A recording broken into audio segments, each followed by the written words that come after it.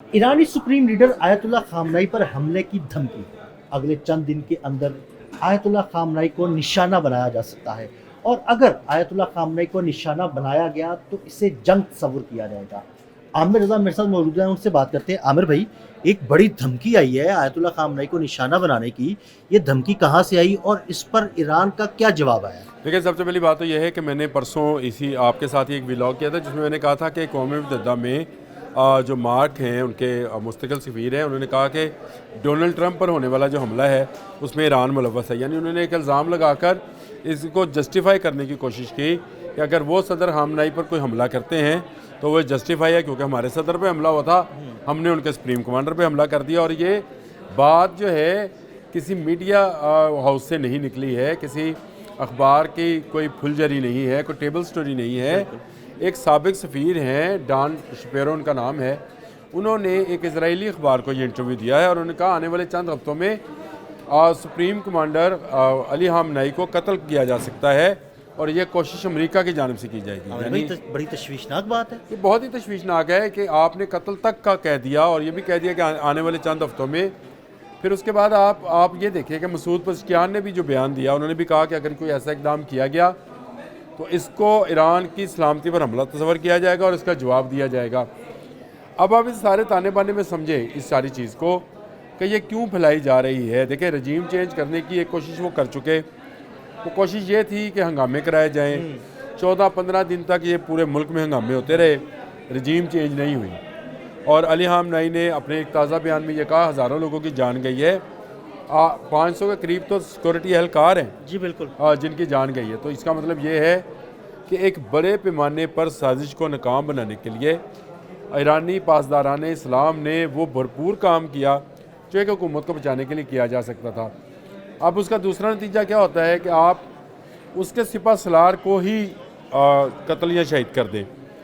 अब ये कोशिश की जाएगी। तो इस तरह मैंने पहले भी कहा था कि डोनाल्ड ट्रंप की इन बातों में मत आइएगा कि जंग खत्म हो गई है। भाई, आपने ये परसों बात की थी कि उसने पेंतरा बदला है, वो अपनी जगह बदल रहा है, वो हमला करेगा या कोई ऐसा वार करेगा जो ईरान को बहुत नुकसान पहुंचाएगा। और मैंने आपसे कहा था कि शिकारी ने जाल बदला है, शिकार नहीं। बिल्कुल, ये मैंने आपसे कहा था। उन्होंने ये तब्दीली लानी ही लानी है। देखे, जो साबिक बादशाह थे रज़ा शाह पहलवी, उनके जो बेटे ने जो बयान दिया है अली रज़ा शाह पहलवी ने, उनका बयान ही मेरे बात की तस्दीक है।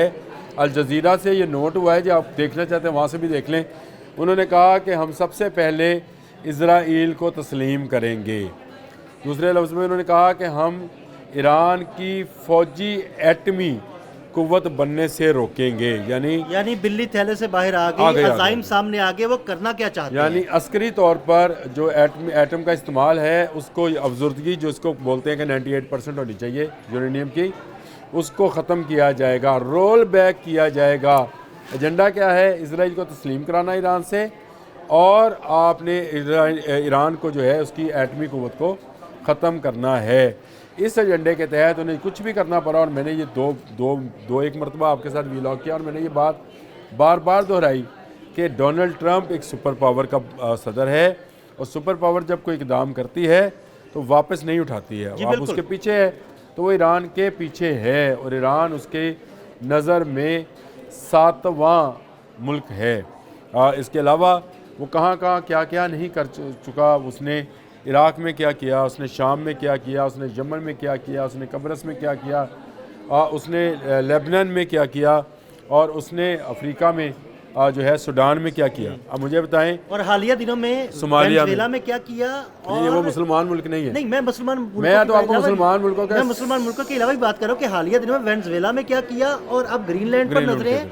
मतलब वो दुनिया में कोई खित्ता, कोई जगह छोड़ना नहीं चाहता। लेकिन ईरान उसके लिए 7वां मुल्क है। ये 7वां मुल्क क्या है, इसको ज़रा फिर आपको यहूदी मिथोलॉजी के अंदर जाना पड़ेगा। उनके लिए 7वां हिस्सा क्यों अहम है और इसका हसूल यहूदियों को बरसरे इक़्तिदार लाने के लिए क्यों ज़रूरी है, दुनिया के ऊपर उनका राज बनाने के लिए। तो ये 7वीं हर्डल जो है ये क्रॉस करनी है इन्होंने, वो ईरान के नाम से है।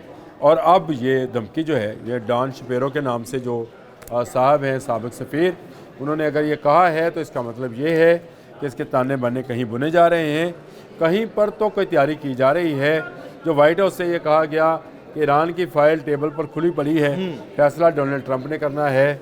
डोनाल्ड ट्रंप ने जिस तरह से सारे हालात का जायज़ा लिया और सारे मामलात का जायज़ा लेने के बाद जब इसराइल ने भी कह दिया कि ईरान की इस वक्त की जो क़ुव्वत है उसको इंटरसेप्ट करना मुश्किल है, मुत्तहिदा अरब अमारात, सऊदी अरब समेत तमाम, इराक़ समेत तमाम ममालिक ने कहा हमारे फ़ौजी अड्डे ईरान के ख़िलाफ़ इस्तेमाल ना करें क्योंकि इससे जंग हमारे मुल्क पर मुसल्लत हो जाएगी। बिल्कुल।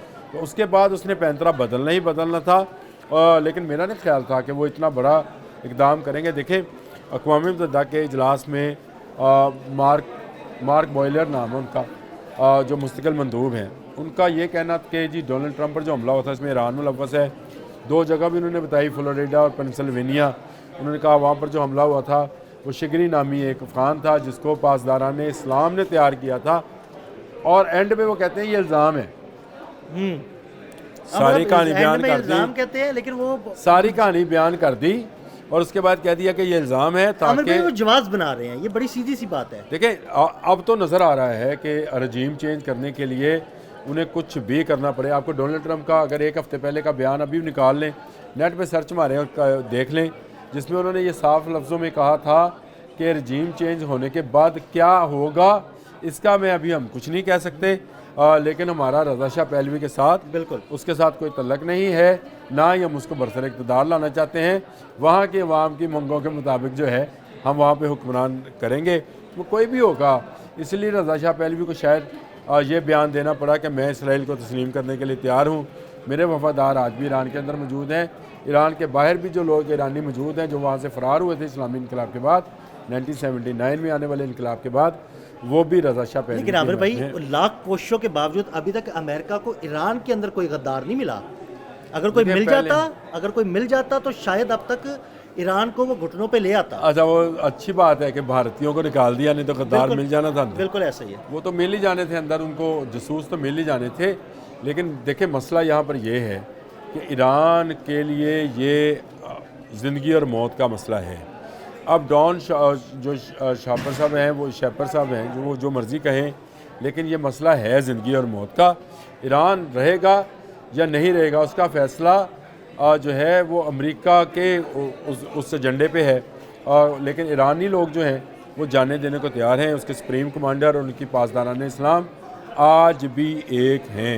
और मैंने कहा था कि तेहरान में जब मुजाहरा हुआ था, मैंने आपसे उससे पहले कह रहा था कि ईरान पर जब बुरा वक्त आएगा तो ये जो मुजाहिरीन है ये भी इसके साथ शामिल होंगे। ये इस वक्त एक साजिश का हिस्सा बने हुए हैं, लेकिन आहिस्ता आहिस्ता देखिएगा ये क्या इसमें से निकलता है। बहुत शुक्रिया आमिर रज़ा जी। बिल्कुल, आमिर रज़ा ने बड़ी तफसील के साथ इस सारे मामले पर रोशनी डाली। अदील अहमद और आमिर रज़ा को इजाज़त दीजिएगा। अल्लाह हाफ़िज़।